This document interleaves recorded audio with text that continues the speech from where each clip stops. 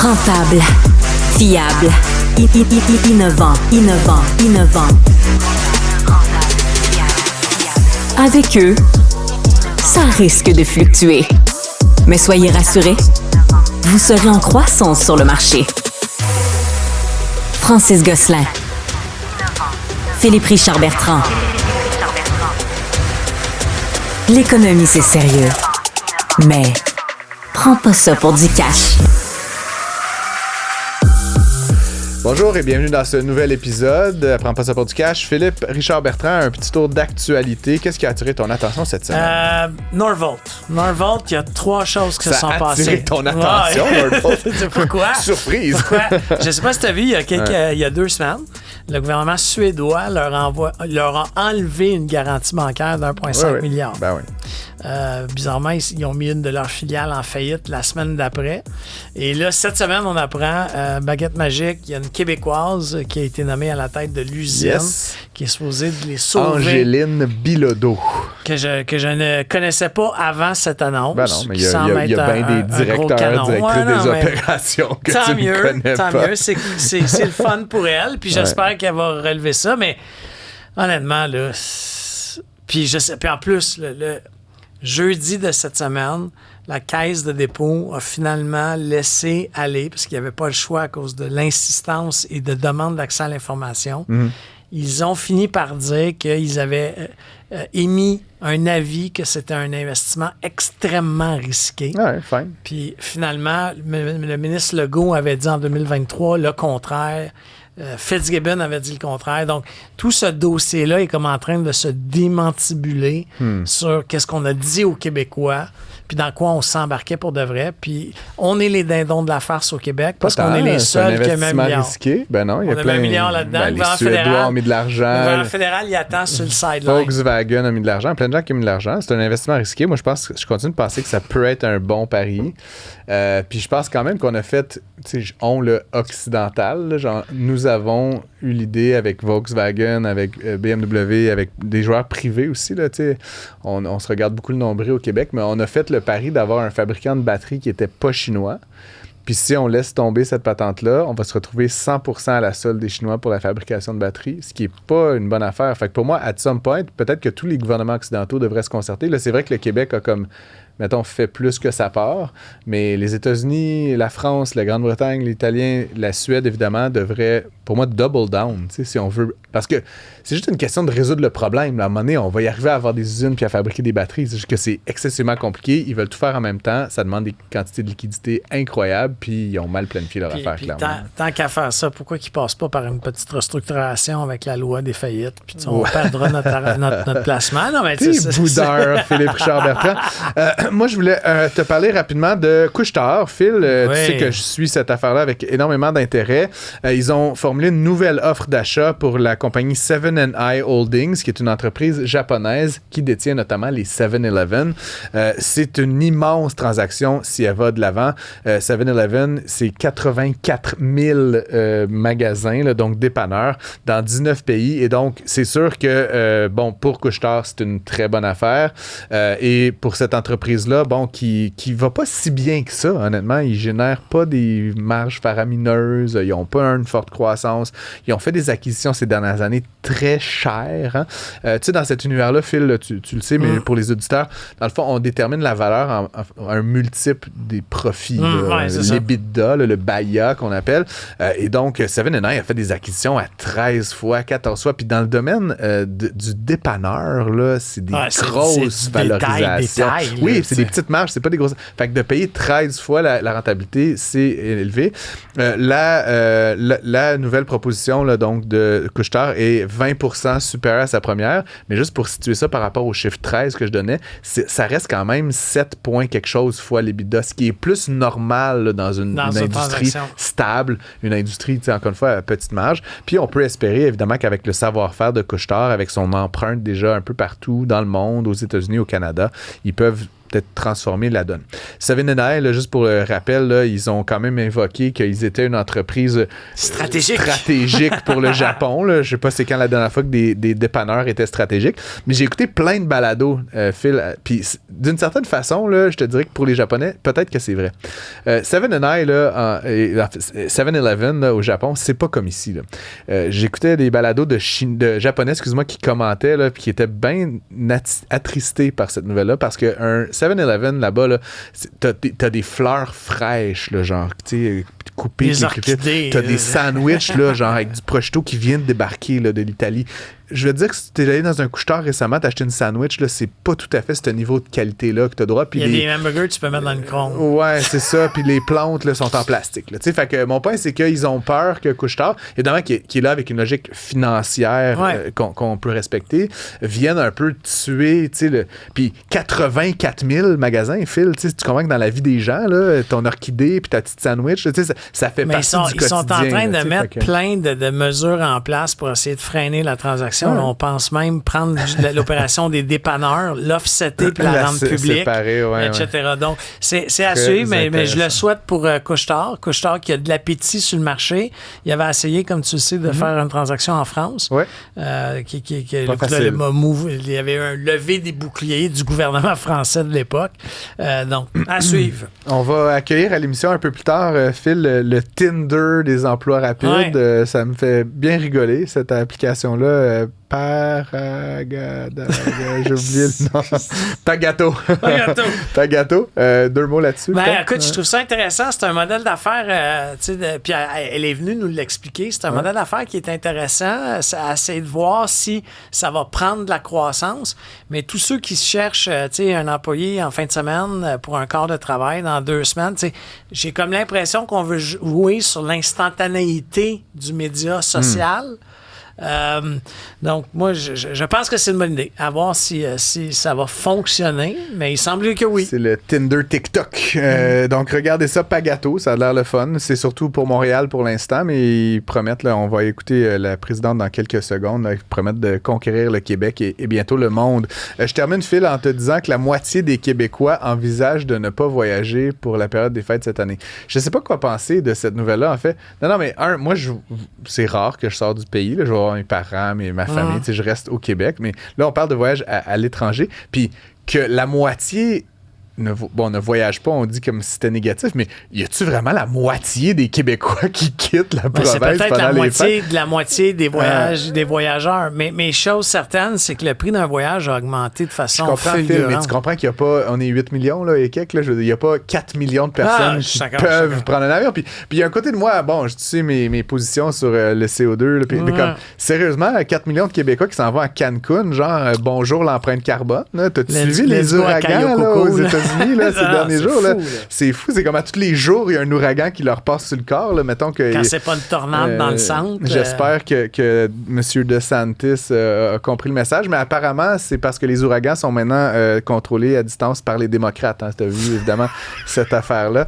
Bref, que vous voyagez ou pas, moi, je vous incite, honnêtement, pendant la période des fêtes, je sais que c'est dans longtemps, mais voyagez au Québec, gardez l'argent ici, économiser. Je te ferai pas cette promesse-là. Philippe Richard Bertrand, tu es un irresponsable. Restez à l'antenne. On a très, très bons invités dans l'émission d'aujourd'hui. On se revoit tout de suite. Si le temps, c'est de l'argent, il faut l'investir là où il y a de la valeur. Vous écoutez Prends pas ça pour du cash. On est rendu à notre première invitée. Elle s'appelle Aya Asghar. Elle est une des cofondatrices de l'application Pagato. Pagato. OK, c'est ce qui se présente comme étant le Tinder des emplois rapides. Absolument. Ça a vraiment suscité notre curiosité. Article dans le Journal de Montréal d'un collègue de travail. Tu peux-tu nous expliquer un peu ce que l'application fait? Pagato, c'est une plateforme qui permet aux entreprises et aux travailleurs temporaires d'être connectés pour tout ce qui est petits jobs rapides comme festival, restaurant, entrepôt. Donc, une entreprise qui a besoin d'un coup de main pour quelques jours qui manque quelques employés ou qui a une grosse demande vers la fin de l'année, ils peuvent utiliser Pagato pour trouver ces employés-là. Puis nous, on s'occupe de trouver les employés, de vérifier leur identité et de les payer à la fin. Qu'est-ce qui vous a donné l'idée de faire ça? Quand j'étais à l'université, j'avais un petit side hustle. C'était un service d'entretien ménager. Puis ça, c'était vraiment au plus haut, à l'épitome de la pénurie de main-d'œuvre. J'avais 10 fois plus de clients que j'étais capable de rendre le service. Puis il me manquait tout le temps des personnes d'entretien ménager. Puis c'était là un petit peu que comme la graine a été semée de j'ai besoin d'une façon plus rapide de trouver du monde, au moins pour un petit bout de temps, jusqu'à ce que je sois capable de former la prochaine personne puis de la ramener au sein de la compagnie.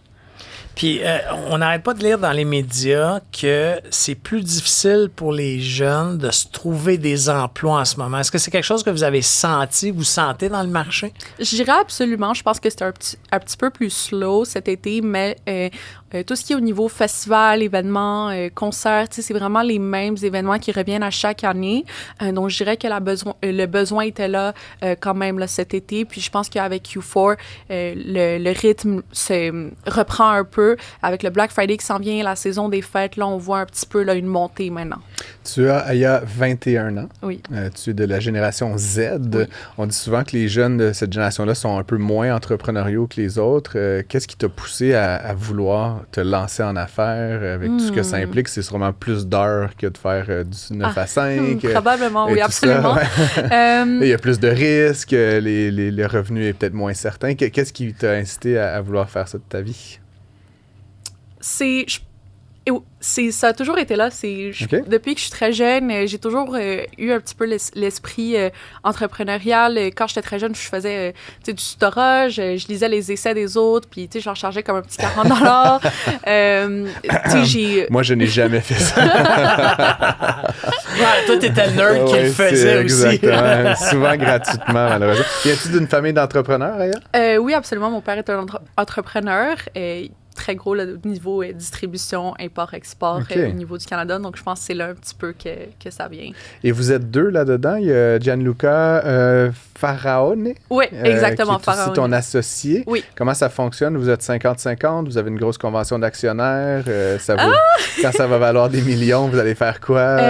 C'est sûr qu'on a un shareholder agreement entre nous. Donc, vous avez une convention. Oui, absolument. Donc, c'est incorporé, tout ça? Oui, bien sûr. Je ne veux pas minimiser ce que vous faites, mais explique-nous un petit peu comment vous êtes arrivé à faire ce partnership. Puis, dans le fond, Gianluca, c'était aussi un entrepreneur quand je l'ai rencontré. Donc, moi, c'était plus comme side hustle au niveau du service d'entretien ménager. Gianluca était un entrepreneur déjà très réussi là, quand j'ai rencontré.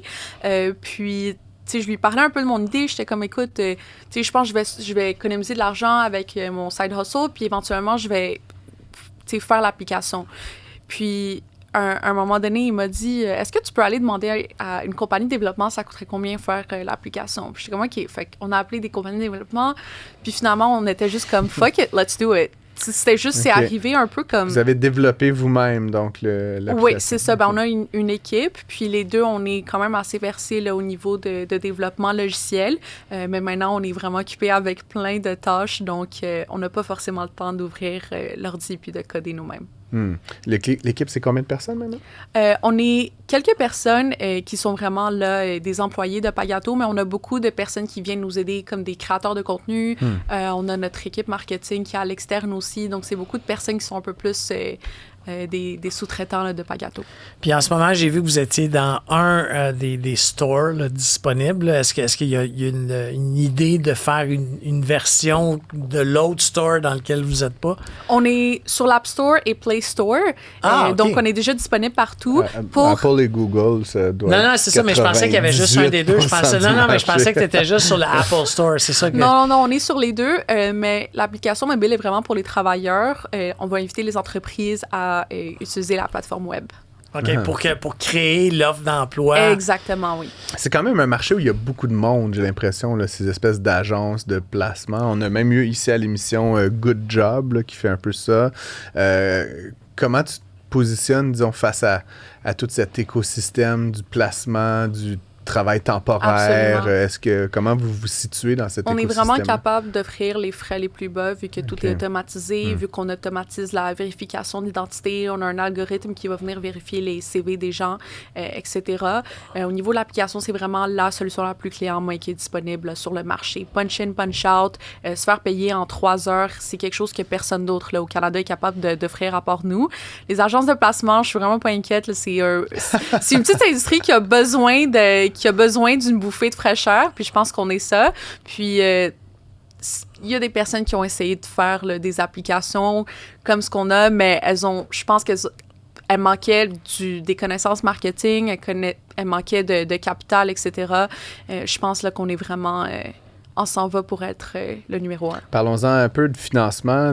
Vous avez développé une application, vous payez, j'imagine, un certain salaire. D'où vient l'argent? On ne se paye pas de salaire pour l'instant, mais on a investi près d'1 demi-million de dollars vers Pagato. Puis ça, c'était nos 2 entreprises, moi et Gianluca. On n'a aucun investisseur, aucune subvention, rien du tout. C'est bien, ça. C'était tout notre investissement. C'est rare. Oui, mais on y croit. C'est pour ça qu'on a... mais souvent, c'est très bien. Et puis là, donc, vous voulez faire grandir ça, j'imagine? C'est quoi le plan stratégique? Plan stratégique, je ne veux pas en dire trop. C'est sûr que le reste du Québec, on sera là dans pas très longtemps. Là, c'est juste Montréal pour l'instant? La grande région de Montréal, exactement. Mais on commence déjà à recevoir du trafic là, pour le reste du Québec. On n'a juste pas mis d'efforts marketing vers le reste du Québec. On voulait se concentrer sur une zone géographique, mais avec l'article qui est sorti, là, on voit déjà le trafic là, dans la ville de Québec surtout. Puis c'est sûr le Canada là, au niveau des 2 prochaines années. C'est quand même un marché compliqué. Vous avez, évidemment, il faut attirer des gens, des jeunes et moins jeunes, mais de l'autre côté, il faut des employeurs, puis il faut que tu aies comme un... Ouais. Si t'as 1000 jeunes puis 2 employeurs, c'est pas bon. Si t'as 1000 employeurs puis 2 jeunes, tu sais, faut que t'aies quasiment presque pas un nombre, là, mais tu sais, faut que t'aies une dynamique, là, quand même. C'est ça, c'est un peu au niveau des places de marché. Two-sided, là, deux côtés. Là, t'as comme 2 clients, finalement, toi. Là, exactement. C'est ça, avec les places de marché, il y a toujours le petit problème de... la poule et l'œuf. On commence où? Est-ce qu'on commence avec les employeurs? On commence avec les employés. On avait défini que c'était mieux de commencer avec les employés parce que vu qu'on offre juste des petits jobs, quand ils téléchargent l'application, ils ne s'attendent pas à trouver une job à temps plein. Fait que c'était correct s'ils attendaient un peu. Mais les entreprises, dès qu'on va vers elles, on a une chance. Puis s'ils ne trouvent pas quelqu'un la première fois qui publie un corps, ils vont plus nous faire confiance. Fait qu'on s'est concentré, on a 5000 travailleurs. C'est tough, hein, quand même. Ben oui. C'est ça, on a 5000 travailleurs. Tu comprends, en fait, c'est parce que tu as besoin d'un employé là. Tu comprends, ça peut pas marcher parce que si ça marche pas, le client, pas le client, mais ton client revient pas. Exact. Puis si le jeune, si ça marche pas, qu'il est pas capable d'appliquer ou de dire hey, je vais être là, il reviendra pas non plus. Ouais. En fait, c'est juste, excuse-moi, Aya, mais est-ce que c'est juste comme des besoins là, comme immédiats ou par exemple, je peux-tu prendre un shift dimanche? Oui, y a-tu comme une notion de je peux booker ma semaine ou c'est vraiment juste comme dans 10 minutes j'ai besoin d'un barman? Non, ça peut être instantanément, mais ça peut être jusqu'à... Pour un jeune papa comme toi, c'est pas bon. Mais c'est ma première... Continue, Aya. Oui, c'est ça. On en a vu jusqu'à quelques semaines à l'avance. Donc là, on commence par exemple à avoir des festivals qui nous disent, écoutez, on veut pas passer par une agence de placement, on veut passer par Pagato. Fait qu'ils nous disent, on a besoin de 50 personnes pour notre festival. Le printemps prochain, on commence à recevoir ce genre de demandes. Je parlais là, justement de barman. Là. C'est une des offres. Bon, je pourrais sûrement offrir mes services, mais ça serait pas une très bonne expérience client puisque moi, après le gin tonic, là, j'ai comme révélé tous mes secrets. Comment ça fonctionne justement au niveau, tu sais, tu cherches un cuisinier, un barman, je sais pas c'est quoi les variétés, mais il faut quand même que tu vérifies un minimum le savoir-faire, les qualifications, l'expérience. Dans le CV, des fois, tu peux un peu bullshiter. Là. Comment vous faites pour s'assurer que, justement, ce que l'employeur obtient, c'est quelqu'un qui est qualifié et qui sait faire le travail? Ouais. Lorsqu'il publie le corps de travail et que les personnes qui veulent prendre le corps commencent à rentrer, premièrement, ils vont avoir accès à toutes les certifications et le CV de la personne. Donc, ils peuvent aller consulter le CV de la personne. Mais on a aussi un score Pagato qui est basé sur un algorithme qui combine plusieurs commentaires 5 étoiles, mais aussi s'ils sont en retard, puis ça, on vérifie avec un petit code à 4 chiffres que l'employeur doit remettre à l'employé. Donc, on vérifie s'ils sont en retard ou s'ils sont plus tôt, combien de corps ils prennent, est-ce qu'ils annulent, est-ce qu'ils travaillent beaucoup, etc. Fait qu'on va utiliser tout ça pour faire un score sur 100. Il y a une évaluation de l'employé. Absolument, mais il y a aussi une évaluation de l'employeur parce qu'on veut qu'il s'occupe des employés. Très intéressant. Un peu comme Uber, ça, finalement. C'est ça. D'ailleurs, savais-tu que tu peux avoir ta cote comme passager client. Uber? Oui. J'étais surpris. J'ai une bonne cote. Ailleurs, vraiment intéressant. Asgard, c'est comme ça qu'on dit. Vraiment intéressant. Merci beaucoup. Comme projet, en tout cas. Puis à ton associé et toi, là, la meilleure des chances. Tenez-nous informés. Tenez-nous informés. Puis quand vous serez rendu une beaucoup. grande multinationale là, dans 40 pays, vous Je reviendrez nous ici, voir. Ouais, c'est ça. Update. It started here. Là. Oui, c'est ça. Ça a commencé à Québec. Merci. Merci beaucoup. Hein. Un taux d'intérêt très élevé qui défie toute la concurrence du marché. Avec Francis Gosselin et Philippe Richard Bertrand. Prends pas ça pour du cash. On parle évidemment régulièrement d'immobilier à l'émission et un angle qui est peut-être un peu moins connu, un peu moins vu, un peu moins médiatisé, on aurait envie de dire, c'est toute la gestion de la copropriété. On parle des prix d'immobilier, de développement, de construction, de mise en chantier, de règlement. Mais une fois que tout ça est fait, encore faut-il l'entretenir, percevoir les frais de copropriété et tout ça. Donc, on a la chance d'être avec Simon Vanas, qui est président de Condo Consult, qui est une entreprise qui se spécialise là, dans la gestion de copropriété. J'ai bien fait ça jusqu'ici. Oui. Et donc, Condo Consult, c'est pas la seule entreprise qui fait ça au Québec. Il y en a quand même plusieurs dizaines, j'aurais envie de dire. Présentement, c'est un marché là, en pleine effervescence. En pleine effervescence. Niveau, des changements de législation au niveau du gouvernement du Québec présentement. Okay. Amène son lot de beaucoup d'entreprises, de beaucoup de monde là, qui s'intéresse au milieu de la gestion de copropriété. Qu'est-ce qu'il faut faire pour être un bon gestionnaire de copropriété? C'est une excellente Quelles question. Études on fait? Un bac en gestion de... Présentement, ils se donnent quand même des formations universitaires là, au niveau certificat en gestion de copropriété. OK, carrément. Savais-tu ça, toi, Phil? Non. À l'UQAM, présentement, là, sous le règne de Yves Jolicoeur, ils se donnent une formation, bien sûr. Une bonne formation, bien sûr, assez complète, ça touche à tous les volets. Mais pour être un bon gestionnaire de copropriété, c'est pas seulement de connaître la copropriété, il faut être un bon gestionnaire d'immeubles, il faut maîtriser la comptabilité, il faut maîtriser tout ce qui est bâtiment, tout ce qui est... Comme l'ingénierie. L'ingénierie du bâtiment, être un expert en sinistre, on le voit présentement avec toute la problématique des assurances en copropriété. C'est vraiment un métier qui touche énormément de volets, qui va beaucoup plus loin que juste la gestion immobilière. Puis là, Condo Consult, en quelques mots, là, c'est un gros joueur, un moyen joueur, un petit joueur? Je me classerais vraiment comme un moyen joueur. Okay. C'est qui, sans vouloir faire de la pub à tes compétiteurs, mais c'est qui les gros joueurs dans ce domaine-là au Québec? On parle de Locandric à Brossard sur la rive sud. Puis ils gèrent, donne-moi un ordre de grandeur, 100 000... mettons qu'on va dire, je connais pas les chiffres de Mme Vallerand, mais on parle peut-être d'entour de 12 000 portes. 12 000 portes, OK. Qui est donc dans plein d'immeubles, là, évidemment. Exactement, au Québec au complet. On va dire, là, des Sergiques de ce monde également, là, qui sont autour de, je sais pas, 14-15 000 portes. On ne connaît pas tous nos chiffres. Non, mais ça me donne un ordre de grandeur. Mais c'est gros, c'est énorme. C'est énorme, oui. Le volume de copropriété au Québec est quand même majeur. Puis il y a encore beaucoup d'autogestion, qu'on va dire, de monde qui n'ont pas de gestionnaire. Donc, c'est un marché qui est très... puis surtout dans les plus petites propriétés. C'est la problématique, genre quand exactement. 20 ou même moins, le 10 on va dire un 3, un 6 unités, un 12 ouais. unités, c'est la problématique. D'avoir un gestionnaire, d'avoir... puisque pour nous, c'est pas des... On va se dire, c'est pas très intéressant financièrement, mais ils ont les mêmes problèmes qu'une tour de 80, 100, 150 unités. Il faut que ça vienne pareil qu'une étude du fonds de prévoyance, leur carnet d'entretien. Non, mais pas avec ça, ça vient avec financiers. des connaissances. T'sais, je présume énorme. que tu fais vérifier ta toiture à tant d'années. Tu fais vérifier. Je connais absolument rien là-dedans. Oui.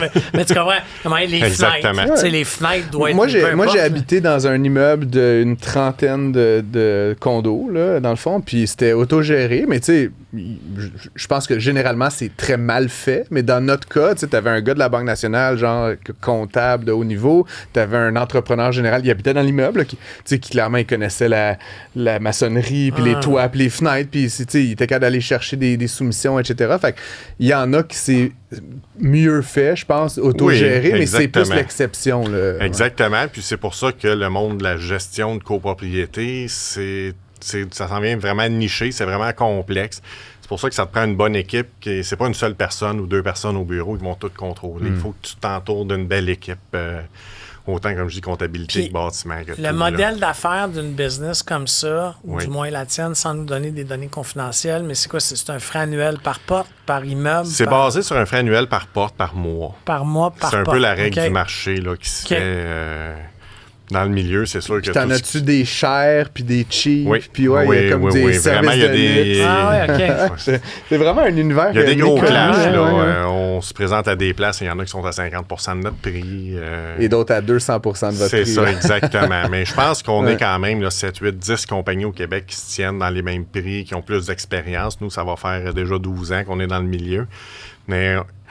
Même ça a sorti, je pense, au RGCQ, le chiffre d'une durée moyenne d'une vie d'une compagnie de gestion de copropriété, c'est 1,6 ans présentement. Là, parce que le monde se rend compte que c'est pas si simple que ça. On fait juste pas collecter les chèques de frais de condo le premier du mois. Là.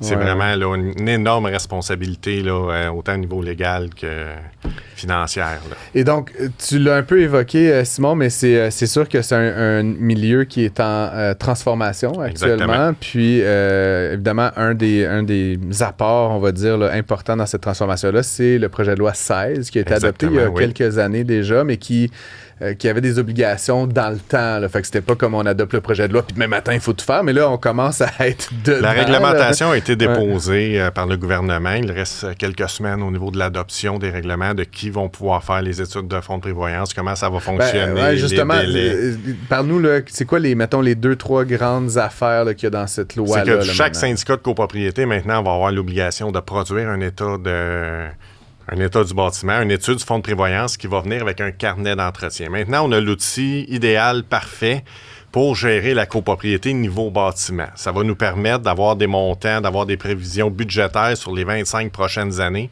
sur tout ce qu'il va avoir à faire. Là, dans le fond, tu fais venir un ingénieur, puis il dit l'ascenseur, dans 12 ans, il va falloir changer le moteur, puis la cage, puis le toit, puis la vitre, puis mais tu sais, ma compréhension avant même la loi, là, c'est qu'il y a des copropriétés qui n'ont même pas de frais de prévoyance.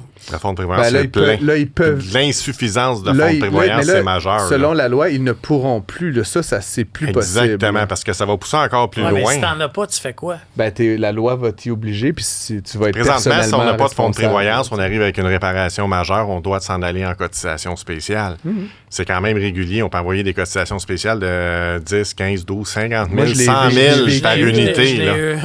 C'est ça. Moi aussi, je l'ai vécu il y a quelques années. Là. Il y avait 100 000 dans le fonds de prévoyance après 20 ans. Puis, le fait de ne pas avoir de frais de prévoyance, puis je veux pas que ça soit le but de notre discussion, mais ça rend-tu la patente illégale?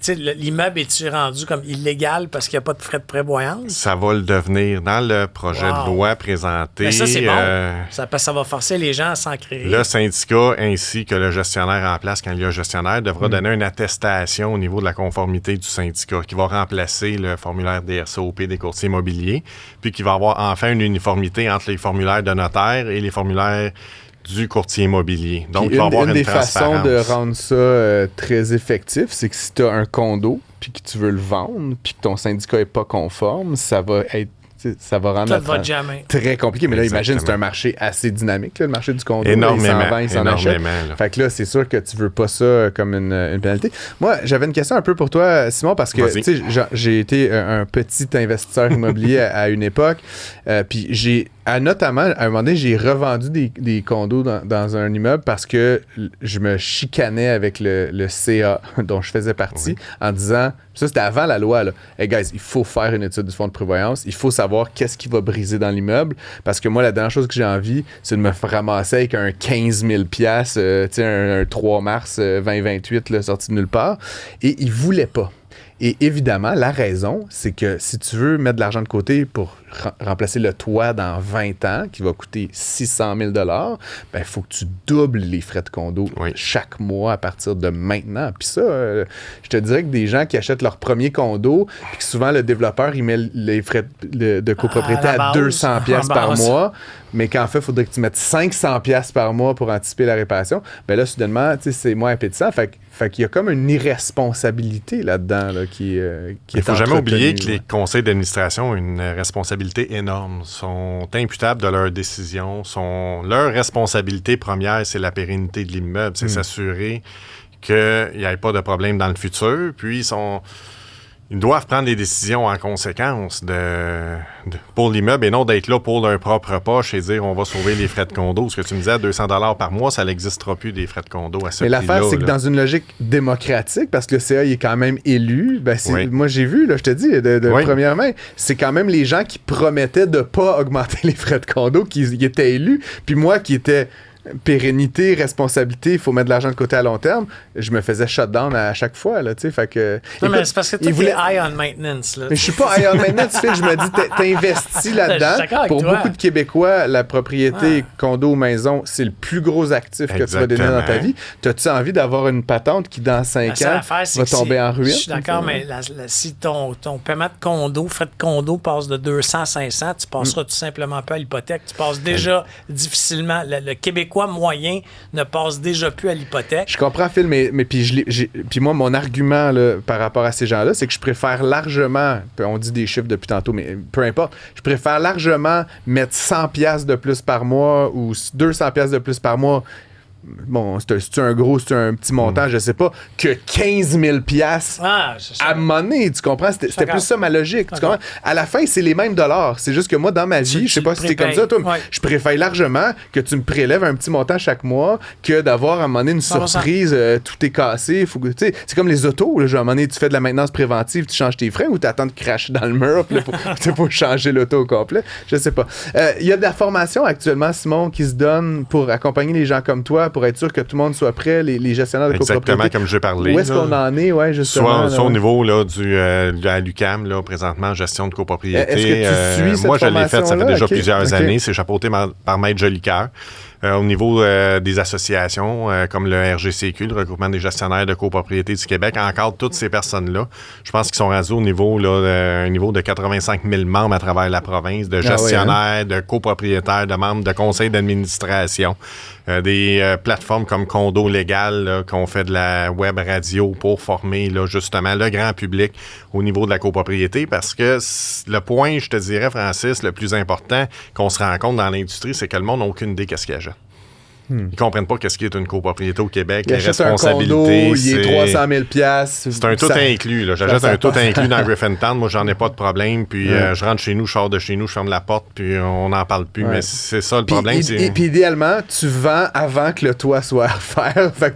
Oui, puis ça s'est vu tu repousses le problème au prochain tata qu'à un moment donné, il va avoir une cotisation spéciale. Mais tu dis, moi, pendant les 3-4 ans que je l'aurai, j'espère. Mais là, maintenant, avec l'attestation qui va être une obligation légale, c'est terminé ceux qui sauvent sans payer.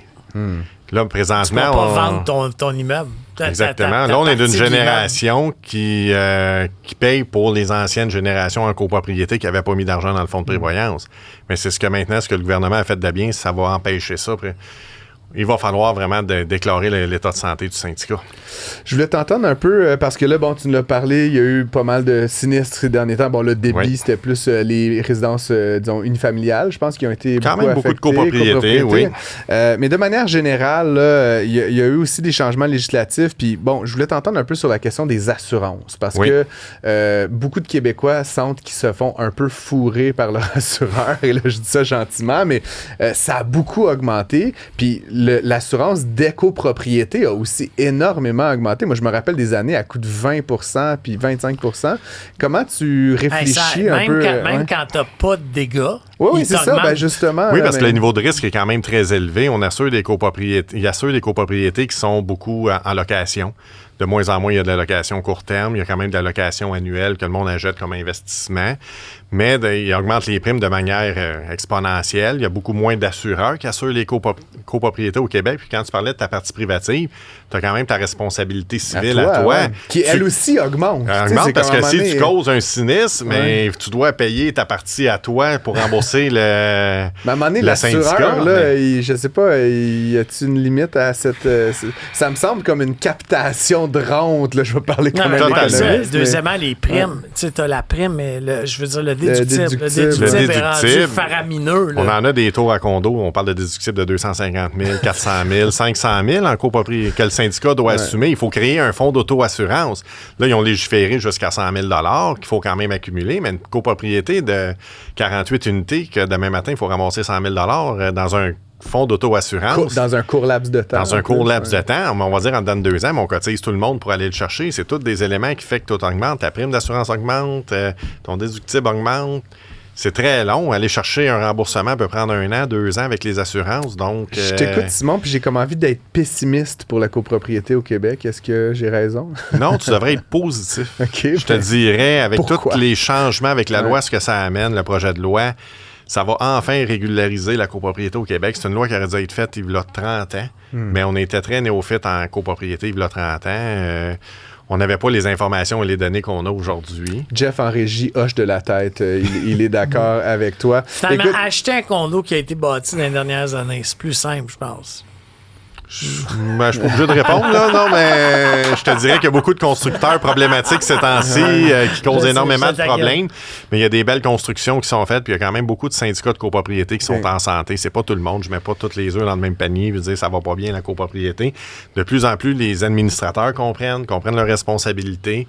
Puis oui, ça va être un virage qui va prendre 3, 4, 5 ans à faire.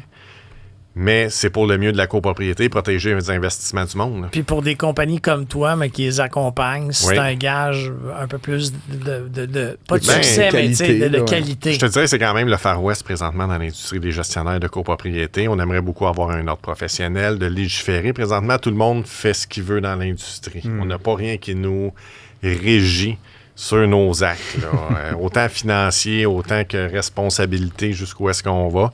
Il va falloir s'en aller vers... Une forme d'encadrement un peu plus serré de cette pratique. Un gestionnaire qui a les 2 mains dans les comptes de la banque des syndicats, moi j'ai bien de la misère avec ça. Là, on le voit régulièrement, des histoires reliées à ça. Fait qu'il faut vraiment qu'on soit encadré, là, que le gouvernement mette des règles là, au niveau du pouvoir qu'on a, les gestionnaires. Simon Vanasse, je rappelle que tu es président de Condo Consult. Merci d'avoir été avec nous à l'émission. Merci Francis, merci beaucoup.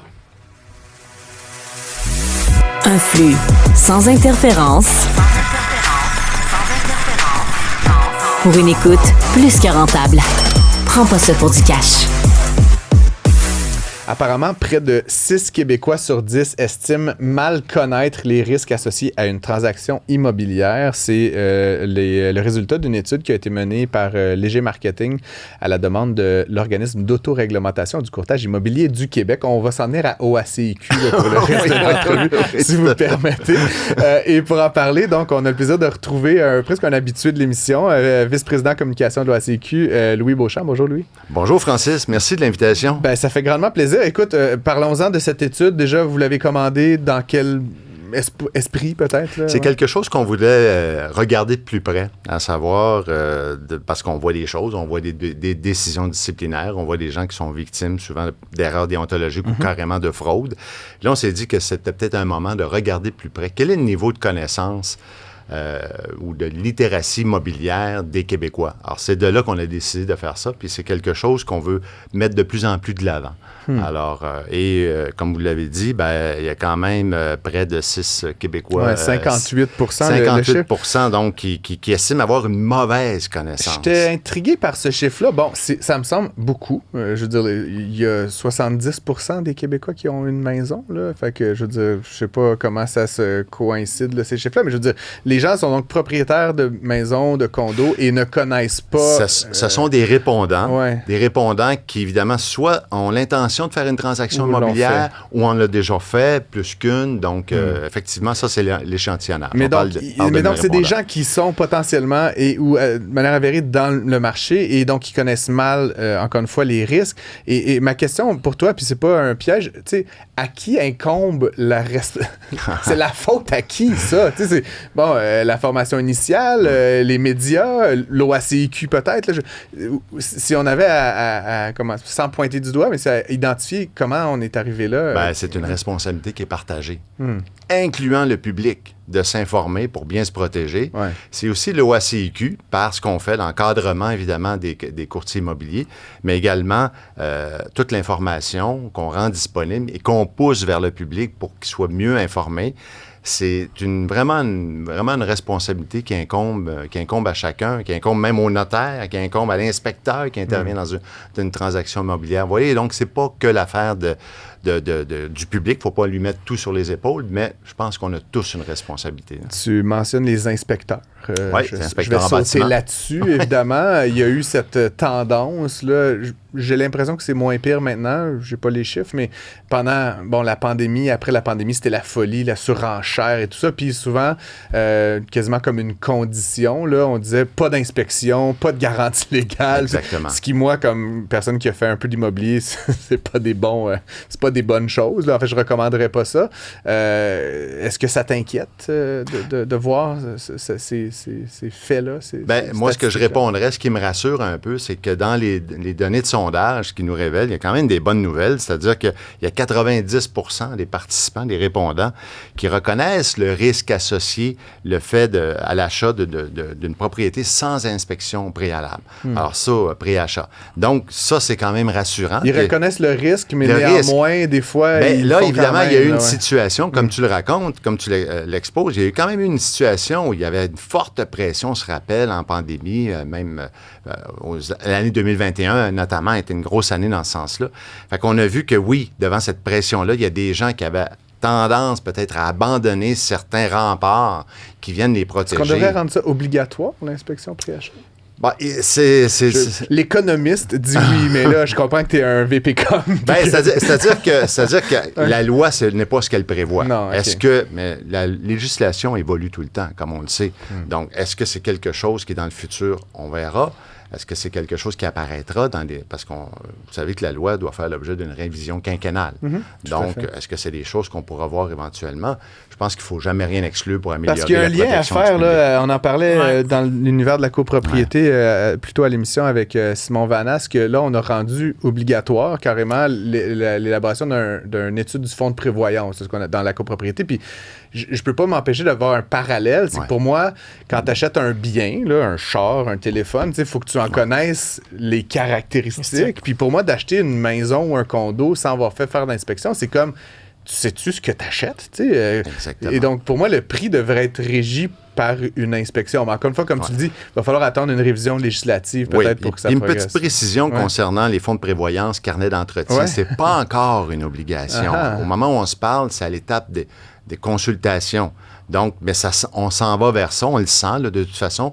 Puis ça s'explique par le fait qu'on a quand même un parc immobilier de condos vieux, alors qu'il y a beaucoup d'enjeux d'entretien, justement. Alors là, c'est ce qu'on commence à voir, d'où la nécessité de renforcer probablement l'encadrement à ce sujet-là. Parlons un peu des courtiers eux-mêmes. Là, tu l'as évoqué, là, il y a des tristes affaires. Je pense quand même que la grande majorité s'acquitte bien de leur travail.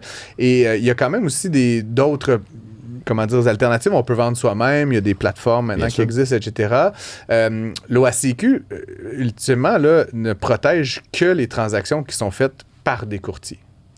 Oui, en fait, la loi s'applique, c'est le courtage immobilier, donc il faut effectivement que tu sois dans une situation où il y a de représentation d'un côté ou de l'autre. Voilà, alors ça, c'est très, très important. Et puis là-dessus, ce qui est intéressant, c'est qu'on a encore du travail à faire comme organisme, pour nous-mêmes. Communiquer, sensibiliser. Parce que 44% des répondants croient à tort qu'ils sont protégés par la loi sur le courtage immobilier, même s'ils ne font pas affaire avec un courtier immobilier. Alors ça, c'est important. C'est intéressant.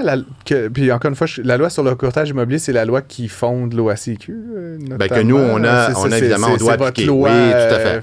Fondatrice. Tout à fait. Mais donc, il n'y a pas d'équivalent. Il n'y a pas comme une loi sur la transaction immobilière. Il n'y a pas comme... C'est ce que je veux dire. Si je te vends ma maison, là, on peut aller faire un papier sur une napkin, là, mais il y a le notaire, là, il y a des étapes légales, mais il n'y a pas de loi qui encadre outre si on passe par un courtier, que là, il y a vraiment un paquet de choses. Là, évidemment, nous, ce qu'on encadre, c'est en vertu de la loi. Et c'est ça, mais il y a un processus d'achat qui est très normé. Qui est normé. Il faut suivre les étapes. Il y a de la documentation qui est signée de part et d'autre. Il y a des preuves d'identité qui doivent être données. Exact. Il y a vraiment un acheteur. Puis oui, il y a mais des ça, il y a ça même pas de courtier, là, les preuves d'identité. Il y a la partie courtage puis il y a la partie... Là, évidemment, je peux pas parler pour ce qui est pas couvert par le courtage immobilier. J'ai comme envie de t'emmener là, mais je comprends mais je vais m'en tenir à ce que nous dit la loi puis comment nous, évidemment, on doit l'appliquer, évidemment. Non, mais moi, j'ai personnellement vécu une situation où la personne devant moi n'était pas représentée. Moi, j'étais représenté. Puis quand on est arrivé au notaire, là, tu sais... Il y avait un courtier ou pas? Non, moi, j'avais un courtier, Ouais. mais pas la personne devant moi. OK. Arrive chez le notaire, c'est pas la même personne qui a signé le document. L'hypothèque arrive d'un autre. Tu sais, mon notaire a dit, Philippe, je vais avoir besoin de 48 heures pour faire le ménage parce que ta lettre d'offre est signée par A. B est devant moi, puis C, c'est le papier qui finance la maison. T'sais. Personnellement, je serais peut-être parti en courant. Non, finalement, c'était quelqu'un qui avait plusieurs noms. Tu comprends? Il y avait un bout des noms dans les 3 documents. C'était quelque chose. Phil a toujours de bonnes histoires. Ouais. Ça, il y a plusieurs années, mais... J'espère que ça s'est bien terminé. Ça s'est bien terminé, puis j'ai pas eu de problème, mais quand même. Mais moi, j'en ai parlé tantôt en ronde. Ce que j'aime voir dernièrement, puis moi, j'ai toujours fait affaire avec un courtier. Je suis team courtier. Puis même quand des fois, ça peut coûter cher. Il ne faut pas se le cacher. Ça coûte cher, mais il y a un service professionnel qui vient avec. Mais moi, je suis content de voir de plus en plus l'OASIC faire son travail par rapport aux courtiers fautifs. OK? Puis tu vas peut-être me dire, « Hey, Philippe, on a toujours fait ça. » Mais peut-être que je l'entendais moins, mais tu sais, quand il y a des dérives importantes, j'aime ça vous voir sortir puis dire, tu sais, telle personne, c'est terminé ou on a suspendu ou peu importe. Mais ça,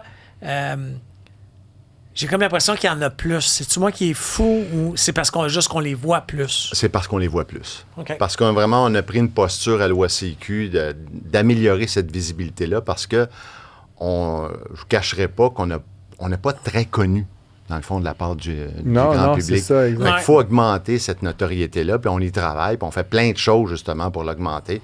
Ma présence ici aujourd'hui s'inscrit dans cette approche stratégique qu'on a pour faire en sorte que les Québécois aient, quand vient le temps de faire une transaction, de pouvoir, OK, il y a une loi, OK, il y a un organisme qui l'applique. Puis là, j'ai une source d'information. Site web, on fait des balados. Non, mais c'est ça, mais en anglais... J'attends mon invitation. Oui, on pourrait le faire. En anglais, on dit que vous êtes un watchdog. Il y a un watchdog dans la transaction. Oui, c'est ce qu'on fait. Mais on fait plus que ça. C'est pas juste coercitif. C'est qu'il y a beaucoup de formations. Vous le savez, vous connaissez ce domaine-là, le courtage immobilier. Francis, vous connaissez bien, évidemment, le monde des courtiers immobiliers. Ils sont formés, ils doivent évidemment faire de la formation continue. Alors, vous savez, c'est quand même exigeant, là.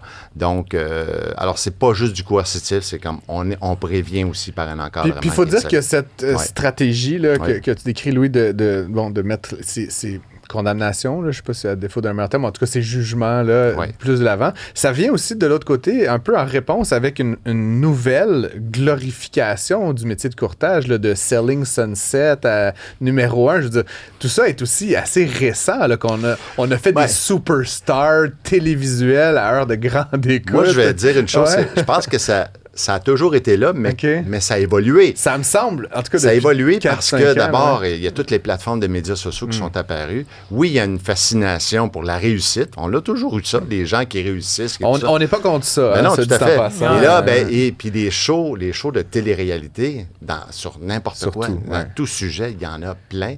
C'est un bon sujet. Oui, le courtage. À l'époque, ramène-toi il y a 30 ans, 20 ans, les courtiers et courtières immobilières, à place d'être public dans les médias sociaux, ça n'existait pas. Mais tu sais, tu arrivais sur le terrain de golf, il y avait des trous de commandité. C'était les méthodes du temps. Oui, mais comme on dit, mettre sa face sur une pancarte, puis s'afficher un peu partout sur le territoire, pas juste sur les terrains de propriété, ça témoigne quand même d'une culture qui est là, qui est présente. De l'ego, puis de la... c'est-à-dire qu'on veut... La personnalisation. Et la concurrence est forte. Oui, mais encore une fois, tu te présentes, tu regardes un journal local, tu vois le courtier, peu importe lequel courtier, il se paye des pleines pages. L'humain fait en sorte que il doit être bon. Ouais, c'est ça qu'on fait comme raccourci intellectuel. Mais encore une fois... c'est comme n'importe quoi. Moi, je pense que c'est nécessaire. Puis dans un sac de pommes, tu en as toujours une qui est plus poquée. Puis ça va en finance, dans l'automobile. Il ne faut pas juger le groupe par rapport à la pomme. Dans les plateformes de e-learning. mais c'est certain que c'est une préoccupation. Ouais. Je pense que c'est une préoccupation d'industrie. D'ailleurs, on fait notre événement la semaine prochaine. Là, j'allais t'amener sur ce terrain. Je me disais, je vais m'amener là. Il y a rendez-vous. D'ailleurs, Francis sera membre d'un panel que j'aurai le plaisir d'animer en compagnie de Pierre Gens, qui est un spécialiste de mesures médias, président fondateur, et qui mesure la réputation. Alors, c'est un sujet de préoccupation, c'est que, évidemment, les courtiers, quand ils voient ceux qui sont bons, ceux qui performent, puis qui voient évidemment ceux qu'on expose évidemment les malheurs, les dérives et tout ça, bien forcément, ça fait en sorte que ça les préoccupe, et avec raison. Mais encore une fois, il faut faire attention parce qu'il y a près de 78 000 transactions qui ont lieu en 2023. Et c'est un infime pourcentage qui peut se retrouver en Non, mais encore une fois, je vous le dis, moi, je suis un consommateur. Je suis content quand je vous vois sortir quand il y a des dérives. Ça fait du bien de voir le chien de garde prendre ses culottes là, puis dire on tolérera pas ça. Et sans tout dévoiler ce dont on va jaser la semaine prochaine, là-dessus, Phil, tu sais, je pense que les courtiers, t'as un peu d'argent dans le compte de banque, t'as peut-être une voiture, etc. Mais pour moi, l'actif que t'as comme courtier, puis c'est propre à ces métiers-là, c'est ta réputation. C'est ton actif intangible. C'est comme Coca-Cola, Apple. 100% d'accord.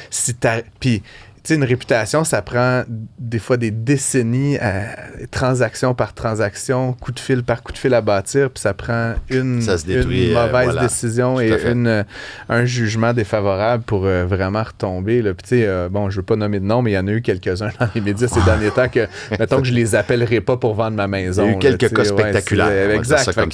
Fait que c'est ça. Mais c'est ça, c'est la pomme. Tu sais, c'est la pomme dans le sac de pommes. Ce qu'on doit espérer, par contre, puis c'est là où j'imagine que la réflexion que vous avez à l'OACQ, c'est la fine ligne. Évidemment, ces condamnations-là puis cette médiatisation-là, elle peut avoir un effet délétère sur tous les courtiers. Je veux dire, il peut y avoir un sentiment dans la population que c'est tous des crosseurs parce que X, Y, Z sont c'est pour ça qu'un événement comme ça est important, parce que c'est l'occasion pour l'industrie, les courtiers immobiliers, de s'asseoir puis de réfléchir à ces questions-là. Nous, on leur propose des sujets, des angles qui vont justement dans le sens, évidemment, faire en sorte de faire honneur à cette profession-là. C'est important. C'est même dans la loi, donc, la dignité, l'honneur de la profession.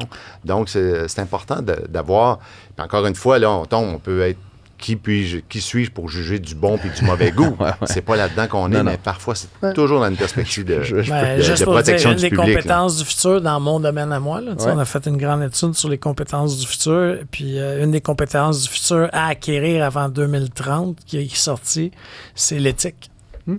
C'est un gros sujet, puis ça va être un peu le fil conducteur de notre événement de la semaine prochaine, d'ailleurs, puis je dirais de toutes nos interventions. C'est donc un rendez-vous. Oui, bien dit! Si tu veux une passe média, ça peut s'organiser le 17 octobre, c'est ça? 17 octobre, c'est au Palais des Congrès. On a plusieurs centaines de participants. Est-ce qu'il reste des billets? Plus beaucoup, là. En tout cas, en virtuel, oui, mais en présentiel... Bon vendeur. On est à guichet fermé. C'est un gars de com. Louis Beauchamp, vice-président communication à l'OACQ. Merci d'avoir été avec nous. Merci de l'invitation. À bientôt. Francis Gosselin et Philippe Richard Bertrand. Un son monétaire en stéréo. Prends pas ça pour du cash. C'est la fin de ce show-là. Quel agréable, toutes des invités extraordinaires. Oui, Ayas Gare, donc fondatrice de Pagato. Je vais finir par l'apprendre, Phil. Il faut à l'écouter, un Tinder des emplois rapides, conçu par deux jeunes de 21 et 23 ans. Fun Times. On a écouté évidemment Louis Beauchamp là, de l'OACQ nous parler de l'encadrement des courtiers et tout ça. Puis c'était une émission très immobilière aujourd'hui là, avec Simon Vanasse, le condo consul, donc il nous a parlé des copropriétés. On vous rappelle que si vous voulez nous contacter, on est facile à trouver sur les médias sociaux. Vous pouvez nous écrire aussi en studio. Si vous voulez voir un entrepreneur, si vous avez un entrepreneur dans votre région du Québec qui est, selon vous, qu'on doit recevoir, partagez-nous-les. On est toujours... on veut en recevoir. On fait cette émission-là pour vous faire connaître des entrepreneurs de tout le Québec. Studio@cube.radio ou 187 Cube Radio, pardon. Écrivez-nous, trouvez-nous sur les médias sociaux, sinon on est facile et on répond. Merci et bonne semaine. Prends pas ça pour du cash. Disponible aussi en balado sur l'application et le site cube.ca. Radio, télé, balado, vidéo. Cube, un média pas comme les autres.